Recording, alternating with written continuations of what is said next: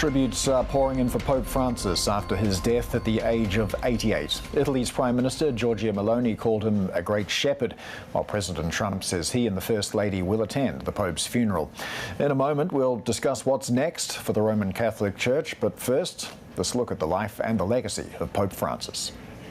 Pope Francis will be remembered as a spiritual leader who encouraged Catholics to embrace more compassionate views on many issues of church doctrine.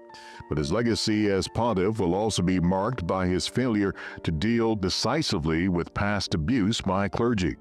Born Jorge Mario Bergoglio in Buenos Aires, he entered the seminary in his 20s and joined the Jesuit order known for its work on behalf of the poor and for social justice.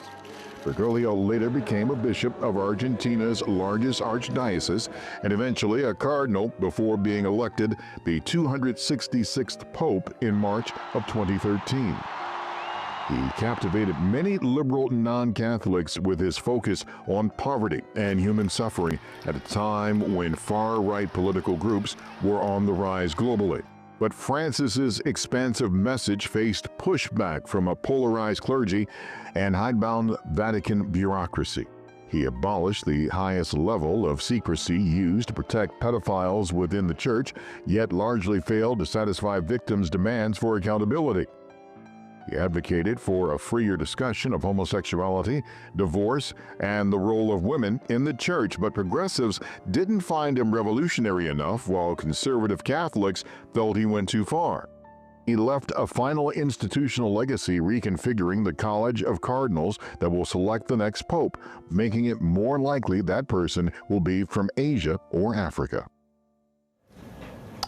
Well, Bloomberg Wall Street Week anchor David Weston joins us now with more. And David, certainly after the Pope exited hospital earlier this year, he didn't look well, but was there an air of determination about him to deliver that final Easter message?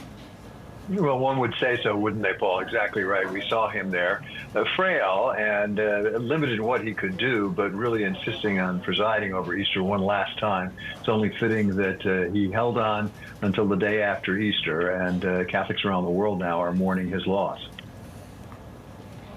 So we were just listening there to some of Pope Francis's legacy, and it's mixed, but it's difficult to satisfy, both conservatives and progressives within the church. How will he be remembered? Yeah, any organization with 1.4 billion people, you're not going to make everybody happy all of the time, right? But I would say one of the things that's important to remember is what came before in Pope Benedict, who stepped down, who resigned, as you recall. And he was decidedly conservative, particularly theologically conservative, and was perceived to be so. Certainly, Pope Francis changed that direction, moved off of that. And as you heard in that obituary, he didn't please everybody, but he moved toward various constituents, including in the same-sex marriage area. He didn't bless them, but at the same time, he didn't condemn them. With women, he didn't allow them to be ordained as deacons, but he did move forward and gave them positions they otherwise would not have had. So there were a number of places, and even with respect to the sexual abuse cases, he was much more forthcoming in admitting the problems. Some people thought he went too slowly, that he should have gone faster, but he clearly moved from what had come before and was seen, even if he didn't particularly like the term, I think it's seen as somewhat more progressive than what they had before. He reached out to a lot of younger people around the world and some of the fringe parts away from Europe.